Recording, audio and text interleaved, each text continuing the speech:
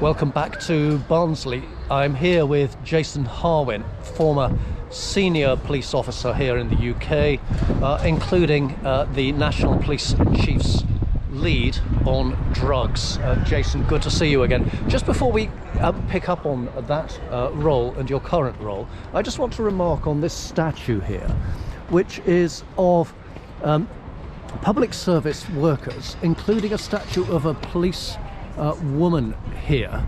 Slightly difficult to capture it because of the sun in the direction it is, but it is an illustration, Jason, of the importance of working together in public service and more widely.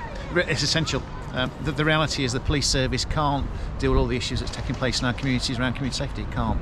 And the more and more it works with other partners, and include the voluntary sector particularly, the more difference it can make and keep our community safe as well. And that's an area I've picked up since I've finished and retired from policing.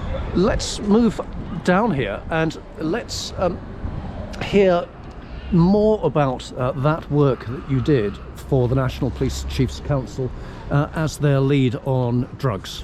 So obviously I had the pleasure, it was challenging, but for 5 years I was the National Police Chiefs lead for drugs. What did that mean? Obviously on behalf of all the Chief Constables was to work with the forces and wider partnerships to develop our response to drugs, and that's not just in terms of arrest and enforcement, but around prevention and early intervention and diversion as well. And the important bit that I certainly found from there is I had the real honour to work alongside Dame Carol Black for a period of time and setting the strategy, the 10-year harm to hope strategy, which now is obviously the bedrock of all the activities that's taking place throughout the country and addressing illicit drugs. So very significant time there working as the National Police Chiefs Council lead on drugs. And some areas that you will be able to share with us, and others that frankly needs to, at least for the time being, for perhaps many years, to stay under wraps. What part of that time as a serving police officer with the lead on drugs do you look back on with the greatest pride? Was it that work you've just described? Yeah, so I think the important bit, Bernard, for me was around the impact of illicit drugs on communities is significant, right? As evidence shows, 50% of burglaries, cars being broken into, what's described as acquisitive crime, are linked to drugs. Again, at the same time, county lines, well reported, lots of work been going around to try and address county lines where young people are being exploited to supply drugs to other communities. And what we also see is that serious and organised crime, significant profit, international profit. And again, those individuals are leading to the exploitation of not just young people, but older people, very vulnerable people as well. And what I did find from it is when you actually get the opportunity to sit down and talk to individuals that take drugs, again, we've got to recognise people take drugs for different reasons. And whilst accepting it may be against the law, some of those individuals don't have a choice, because actually it's their only way they can cope to get through the day. And therefore, as a system, and when I say system, that can be about the partnership response to it, it can't just be about arresting people. That does not solve the issue that we're dealing with. And what it does need to do is make sure as a system that the police service can identify those individuals, give them support and divert them into services that actually have got the expertise, professionalism, and again, some of the work I do now around with some of the charities is doing that. But importantly, recognising again, until that person gets the support, gives them that actually hope, and hopefully some effective treatment, the reality is they're going to continue to take illicit drugs, likely to commit crime to take illicit drugs. Not everybody, a number do, and the reality is that wide impact on communities as well. So there's a challenge for policing in that so many police jurisdictions around the world are limited in resource, in funding, and the like. There is an expectation of jurisdictions engaging in enforcement. So many jurisdictions, I think, would like to get much more involved upstream of that, in the diversion, in prevention and the like. So that's the area in drugs that you see as potentially most... It's essential. So again, we firstly got to recognise that a lot of individuals, and particularly some of what were younger people at the time, have had no education around the impact of drugs, not just in terms of on their health, but potentially consequences of them of using drugs around the criminal law and criminalisation as well. The important bit for me here was recognising again is actually by that early intervention, by that engagement with professionals, whether that be from private sector, public sector, or importantly the voluntary sector, you can make a real difference. And again, evidence shows that actually by diversion, early intervention, you are reduced in the likelihood that individual continue to commit crime if they have committed crime in the past as well. So why would you not do that? And actually, as we see very well, evidence also shows us to the contrary, if you do put them through a criminal justice system, they are likely to re-offend when actually the diversion is less likely to offend. So that for me is big. It's not rocket science from what I see. So you've retired from life as a police officer, I think some 18 months, 2 years ago, but you haven't retired from policing in its widest sense. You're still, we were talking a little earlier on off camera about the roles that you have, and I lost count after about 6 of the different sets of activities. So tell us a little bit about the ones that relate to your latter policing career.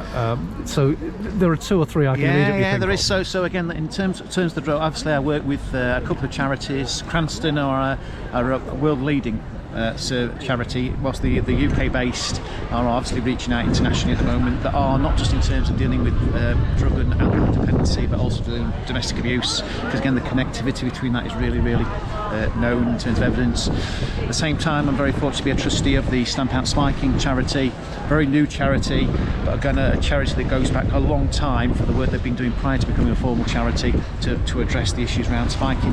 Again, I had the position to look at the issues that was taking place in 2021, where we saw an increase in reporting around needle spiking. So I saw again up close and personal some of the issues that was having an impact on individuals, communities, in particular the student community at that stage.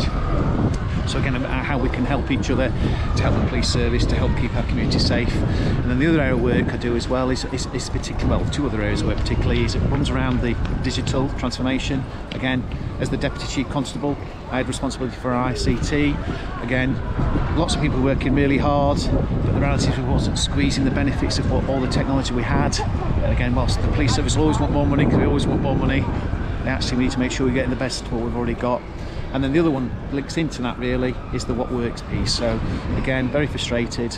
Police service is really busy, but we still don't use evidence sometimes, and actually what can make us a real difference to our communities as well. So work with the College of Policing on that. Can we come back to the digital elements a little later? So we'll come back to that in the 3rd and final video that we'll record shortly. But let's stick with the drugs related elements in your post warrant card carrying career. So the needle spiking elements, tell us more about that specific charity based in Exeter, or originating in Exeter. Southwest. So it's Dawn Dines is the chief executive. Dawn's been campaigning for 20 years about the lack of policing response to spiking, the lack of government support for legislation changes around spiking, and again I had a chance to meet. So this is drinks spiking? Well, it's both, and again this is really important. It's not just about drinks being spiked, it's also where whilst there was limited evidence, but there was evidence that individuals were being needle spiked as well. And again, ultimately from our side, whichever way spiking takes place, it's against the law. It has a significant impact on that individual that's been spiked, and importantly from the police service and the wider system. Again, it recognised back in 2021 with the increase in reporting that we needed to do more. And part of that doing more was not just about, again, making sure victims were supported and believed, but at the same time making sure we had capacity in forensics to be able to test samples quicker, to make sure we improved education for individuals to say this is not acceptable. So if you're doing it as a prank that some would say it was, it's not a prank. It has a significant impact on that person's confidence, their trust in other individuals. But at the same time working with Home Office to say is the legislation fit for purpose, legislation that goes back many years, and actually does it put in front and centre the importance of stamping out spiking. So again, I had the chance to meet Dawn when I finished, obviously really keen to help her as the charity continues to progress as a trustee. And again, fantastic news over the last few months where legislation is changing, more duties on certain organisations to take it seriously, but at the same time making sure that the service is fit to support victims and identify those responsible. Sounds a fantastic charity. I'd love PolicingTV to find out more about that charity and share that. Cranston, the other drug-related charity that you mentioned earlier on, tell us something about that one. So Cranston's been in existence for 50 years now, so it's a well-established charity. It's got an outstanding chief executive. Limaki's outstanding. Again, he's lots of experience in terms of that sector.